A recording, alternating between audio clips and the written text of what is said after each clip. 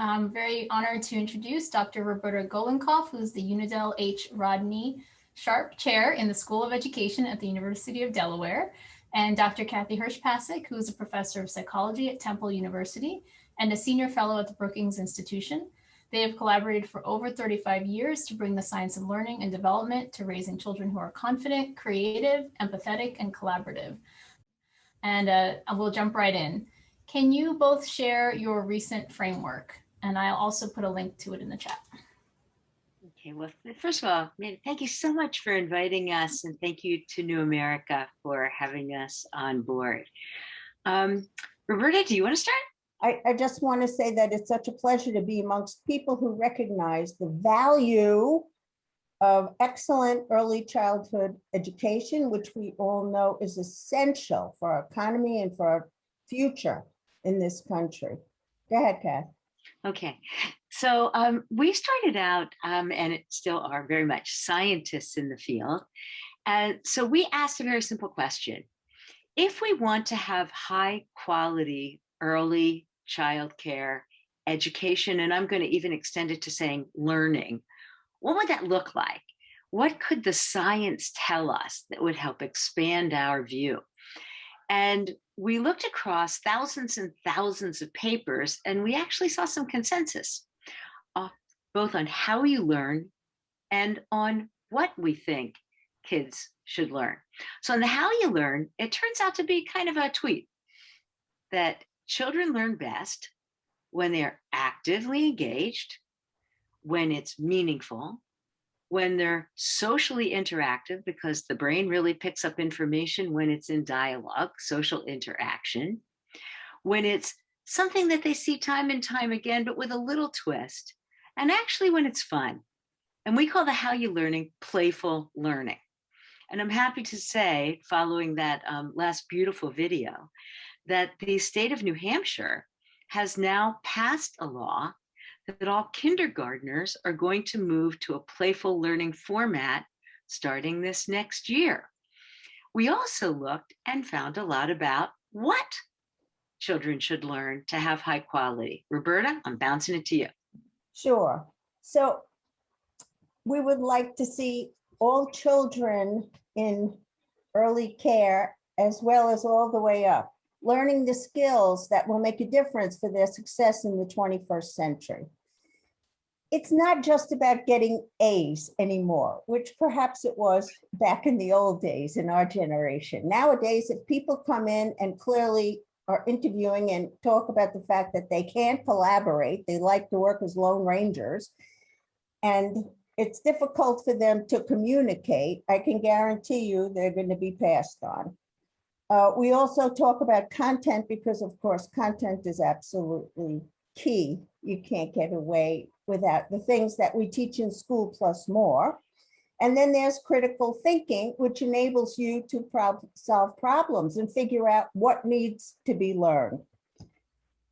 Creative innovation is something that people in the workplace complain about. That is, people who are the bosses say that their employees are insufficiently creative. We want to encourage people to think outside the box, given the nature of the problems that we face in the United States and around the world today. And we also want them to have confidence, also known as grit, stick-to-itiveness, perseverance, because there isn't an entrepreneur or a scientist or an actor, anyone in the world who hasn't had initial failures from which they have learned. This is the kind of education we want our children to achieve. So when you put that all together, you get the how of learning, which is playful learning, and not frivolity, but it's kind of the process of learning. It's how we learn. And what we learn is what we could then call the 6 C's. And it turns out that those 6 C's are what parents tell us they really want from an education system. And it's also what business leaders are currently telling us they need in the world of business today and tomorrow. Cross-hatch that, and you can get one heck of an early childhood education system. That's what we're using in New Hampshire. That's what we've used in schools in Michigan. You still get better test scores, but so much more. And I just want to make one other point, and then I'm going to bounce it back to Roberta. that education is not just in the brick and mortar. Education occurs outside the brick and mortar in the community in which you learn, in the neighborhoods in which you learn, with families and with communities. And so we've also started another initiative beyond the how and what framework, which is Playful Learning Landscapes. And there we are literally with the Brookings Institution and with Playful Learning Landscapes in Action. And we'll put the link in so you can see some of these structures. We are converting public spaces into playful learning spaces so that you can get wonderful opportunities in the public squares of your own community. Roberta, some examples. And why not reduce the stress that parents and families have experienced during this time by making cities and rural areas approachable and fun and places for learning opportunities. We want to encourage parents and children to talk just as they talk between children and teachers and caregivers in the classroom. So I was just going to say, Roberta, we might want to give an example or two to show how you can change a bus stop and have puzzles at the bus stop. The kids get up. In the city of Philadelphia, we created what we called Urban Thinkscape, which took the lot upon which Martin Luther King's march began. So that always gives me chills when I say that. And it was at a bus stop. And what do parents typically do at a bus stop? They sit like this, right? And the kid wanders around. And we thought, why can't we take this bus stop and help the community, turn it into a fun place to interact and play? And each of the activities that we placed into the bus stop were rooted in a nugget of science. So for example, we had jumping feet, which encouraged children to go 2 feet or 1 foot at a time. And by doing that, they're building their executive function, which is their ability to engage in self-control. We had shapes coming through onto the ground from a grid that was put up above. There were all kinds of things, and families loved it, and we had no graffiti. That's a big deal. So I'll just add that it's a super equitable way to approach education, is to think of it beyond the school walls, because now children are engaging in opportunities through playful learning landscapes at bus stops and supermarkets and libraries. On the sidewalk. On sidewalks. Yeah. And it's amazing what you can do when you rethink the everyday and make it extraordinary with equal access to all children. And finally, with a lot of input from the neighborhood about exactly what they want this to look like. So it becomes a place where you create a neighborhood center. And that's why I said we did it with the community. We didn't just go in. The community helped us select the specific activities and the content of those activities, because the whole idea is to take the values that are held in the community and to instantiate those in what is in these installations.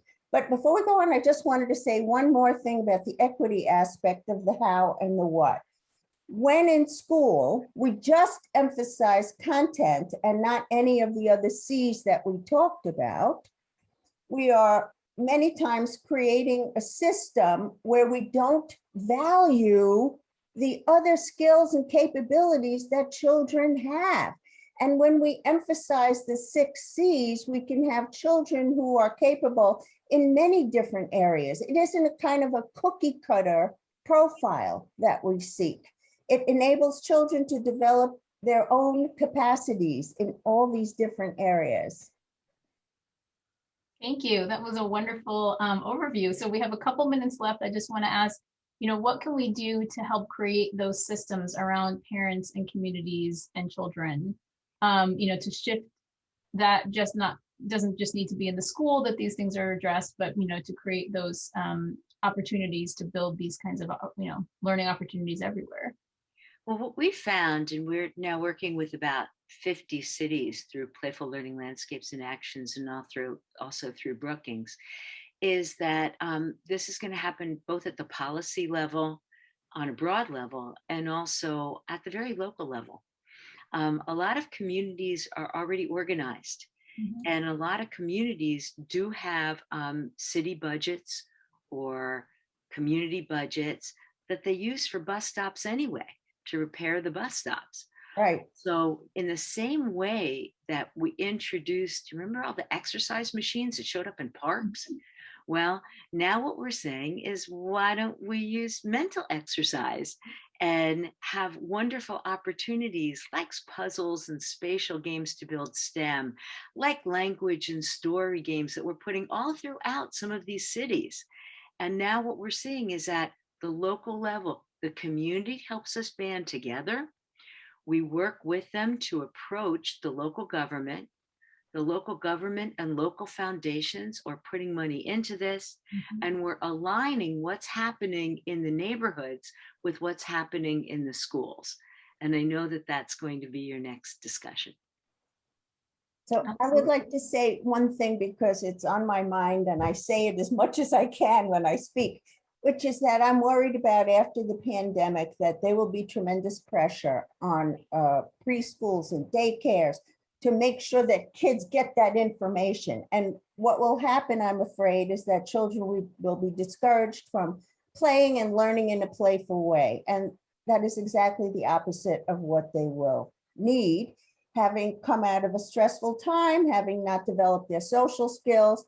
And they really need time to play and learn in a playful way. So if we could get that message out, maybe I could sleep at night. We have about a minute left. Is there anything else you wanted to share about this initiative and where it's going next? Yeah, I can say a couple things about where it's going next. The first thing is, I want you all to imagine a world in which COVID is over. And I want you to imagine a world where we can reinvent the local piazza, the local public square, where it involves grandparents and parents and multi-generation. It involves many different kind of people right in your own neighborhood. And I want you to imagine that we can then fill that square with fun and engaging things to do that really embrace playful learning and 6C outcomes. And when we can design that public square, we can literally change the architectural design of our cities, and we can have a new world order where people get along, play together, and come out with more cognitive and social capital. Then we're really going to see moving the needle in early childhood. It's not just about early childhood education, and it does not start at age 3 or 4. There's a heck of a lot of brain development and family development and intergenerational development that happens in the first 3 years. Fantastic. Thank you so much. And I know from other conversations we've had that the playful learning landscapes is not just for early childhood, it goes throughout adolescence, and we can all benefit from that sort of curiosity and fun too.